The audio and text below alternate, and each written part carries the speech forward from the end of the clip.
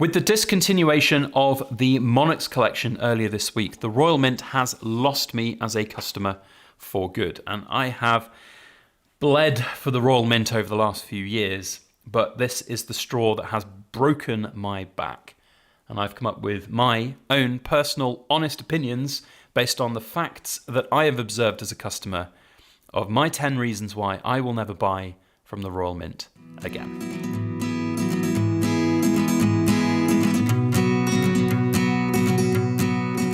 Hello everybody, Backyard Bullion here, and a very warm welcome to you all joining me for my top 10 or 11, could be more, reasons why I will never buy from the Royal Mint again. They have lost me as a customer after their decision this last week to discontinue the Monarchs collection. I think it sets an incredibly dangerous precedent. I feel like there could be and probably will be other coin series on the chopping block. And whilst I understand that if a series is commercially unviable, we can't force the Mint to lose money hand over fist, it's the way that they have treated their customers which has irked me more so than these coins being discontinued. And it's the straw that has broken the camel's back. I have defended the Royal Mint for years, praising their good and also being heavily critical of their bad. But I have here a list of 10, and I probably will think of a few more as we go throughout the video, reasons why I will not be returning ever again as a customer. And I would highly recommend people who are looking at coin series to ask themselves the honest question, based on the actions of the Mint, why would I bother buying something that they could just cancel midway through? I'm sharing my honest and truthful opinions based on facts and observations that I've experienced as a customer to save me from any potential defamation questions. These are honest and truthful opinions. They cannot be challenged. So, without further ado, let's get on with my top 10 reasons. And let me know your top 10 reasons down in the comment section below as well. So, I won't keep this list out on the video in front of me. We're just going to go through it. The first thing that I've put on the list is that they're more expensive than all other dealers out there at the moment. Their coins are very expensive when bought directly from the Mint.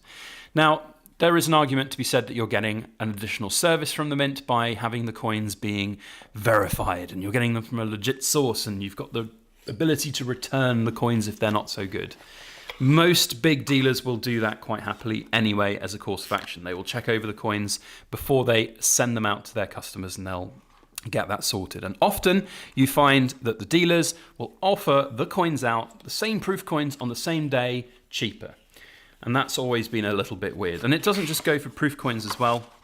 Bullion coins all the time are cheaper from dealers than they are from the Mint. So why would anybody in their right mind want to look to buy coins directly from the Royal Mint when they could buy them cheaper elsewhere? I've thought about that for a while. In fact, that's one of the reasons why I stopped buying the Royal Tudor Beasts series, which in my opinion is the next on the chopping block to be cancelled, and I would not be surprised if that series does not see its conclusion. So that's number one. Number two, the elephant in the room, that they cancel coin series partway through. So we've seen them obviously cancel this Monarch series, and I do feel that there will be other coin series on the chopping block. Their reasons are financial unviability. So in other words, they're not making enough money out of it, or they're losing money on that particular project, which strikes me as an incredible feat considering the premiums on some of these coins. I'm not aware of the inner workings of the Royal Mint's financials and how they are doing financially. We are awaiting, of course, the annual report for 324. We'll see if that gleans anything. But they just aren't making enough money. So they're like, get rid of it, and we don't care. So that leads me to question, why would I ever buy a coin series from the Royal Mint again if they're just going to cancel it halfway through and leave you with an incomplete collection? Number three, they treat their loyal customers, and quite frankly, regular customers, pretty poorly, really. So from my perspective, as a what's called Mint Mark member, I have bought an awful lot from the Mint, and once you do that, you enter sort of a VIP sort of state with them, and you get an account manager and everything. And whilst my account manager has been very, very good, I have nothing bad to say about her. In fact, I was very embarrassed for her to have to make me the offer of no refunds whatsoever on these coins, even though they were billed as a 21 coin set. Instead, I was offered a 2-ounce silver-proof coin, which is a list of coins that are all really not very interesting to me, and also arguably the ones that will probably not sell. So they're just trying to get rid of the dross that they've got left over, really. So yeah, they don't treat their loyal customers very well. I'd have expected a little bit more than that, realistically. I just think it's really, really poor. And it's different for everybody. That's the other thing that's really important to say. So they sent out their sort of communication about this series being cancelled to everyone, but lots of people got different emails with, you can contact your account manager for basically compensation, but not everybody got that. Special people got it. So I suppose I'm okay that I got that special thing, but it's still not particularly good. Number 4, exceptionally poor communication. So it's been the case for a long time that the Royal Mint have been really bad at their communication. So whether there's issues or delays on coins, people just, they don't know what's going on, basically. It is absolutely awful with those communications. The pausing of this series was only found out through not only mine, but other people's questioning of where are the coins. They haven't arrived yet. They haven't come out with the next release. Where are they?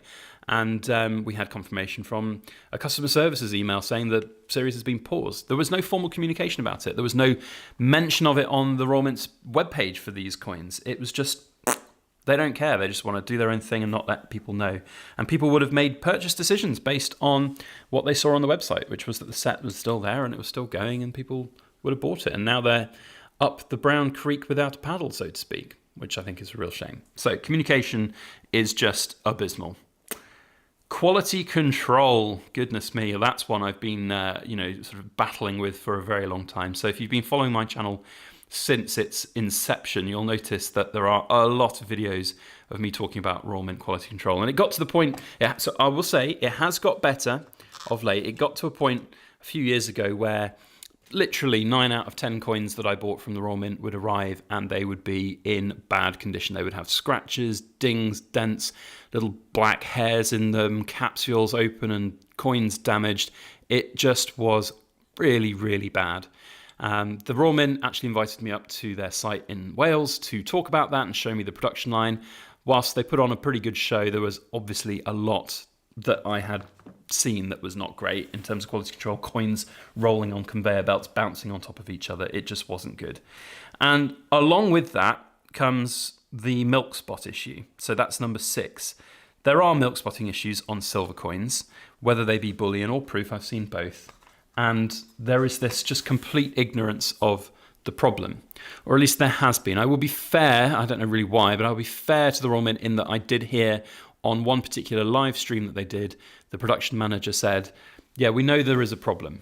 They've at least finally agreed that there is a problem, but it's taken them 8 years to do so. It's been a problem ever since I got started collecting silver. And whether they'll fix it in the future, I don't know, but it's just bad. The quality control is abysmal and they just don't care. They just want money in, coins out. That's all they really care about. So that's number 6. Number 7, they take orders and payment for the coins, and then they don't dispatch the coins for months on end.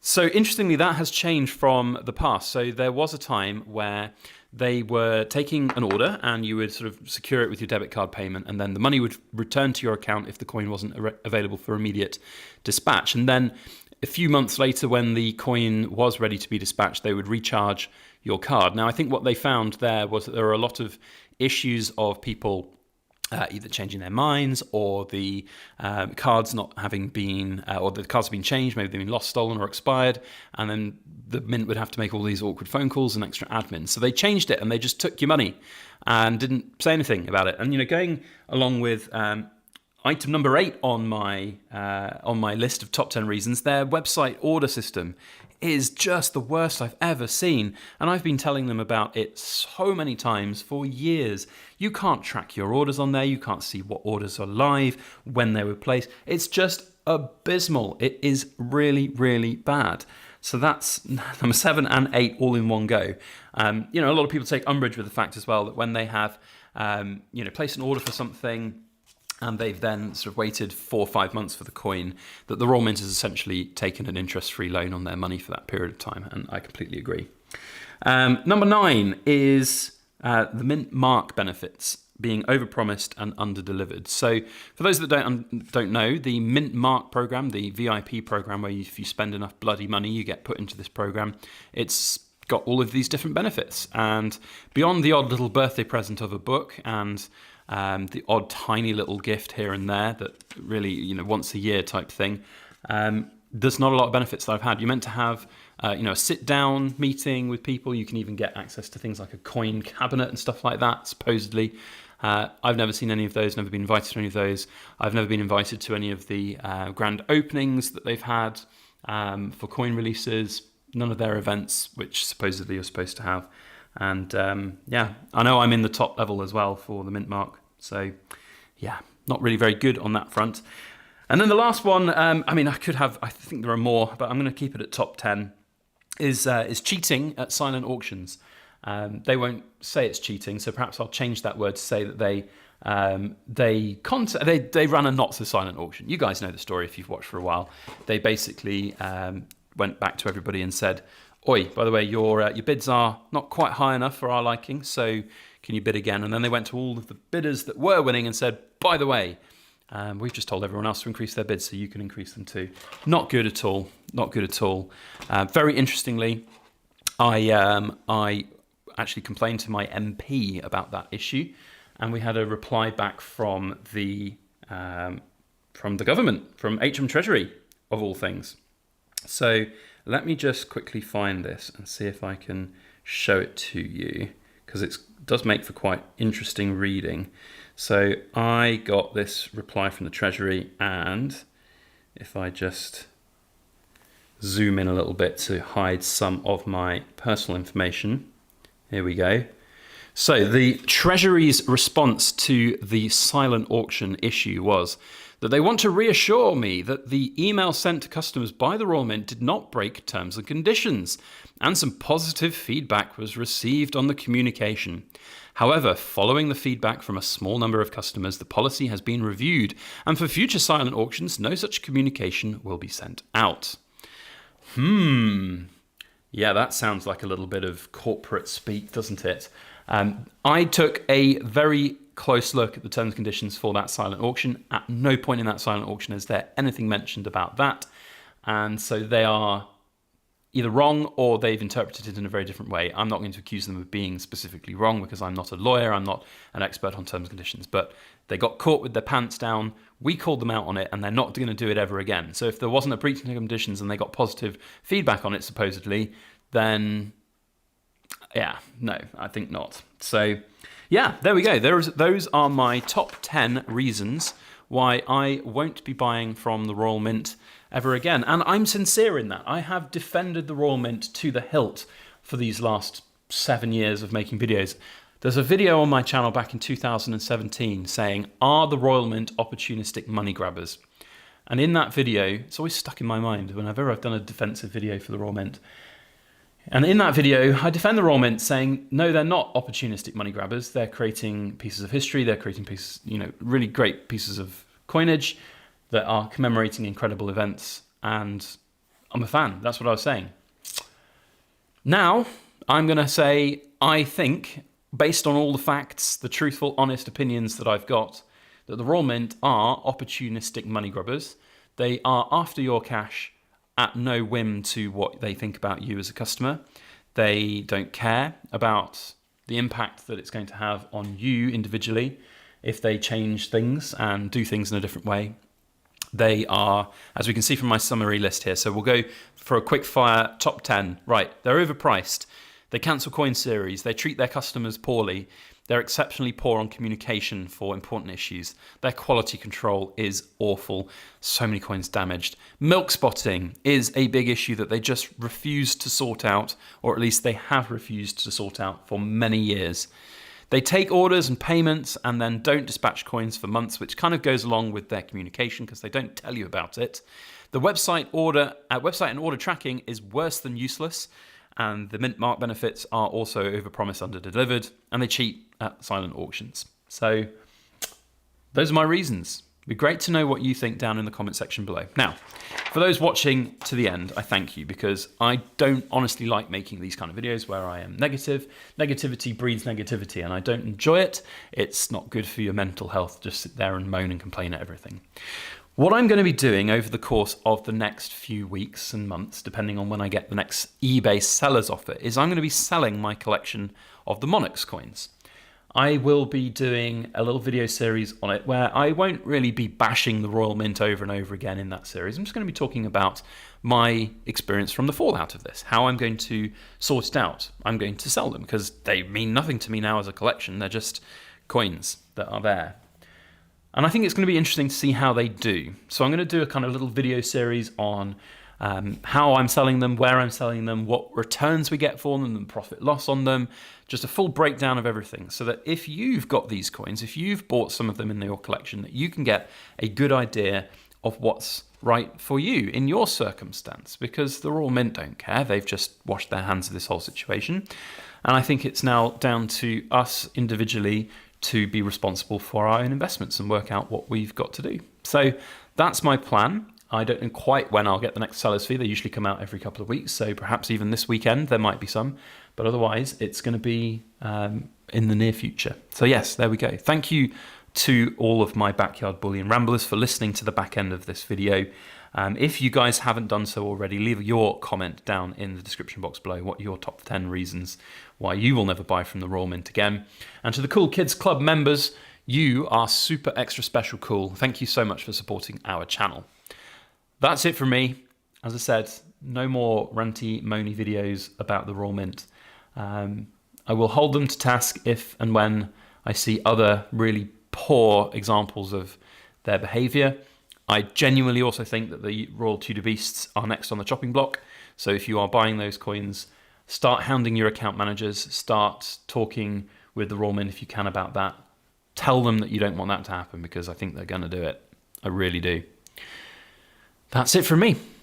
Thank you all for watching. We'll see you on the next video. As always, please make sure that you like, share, comment, and subscribe for more.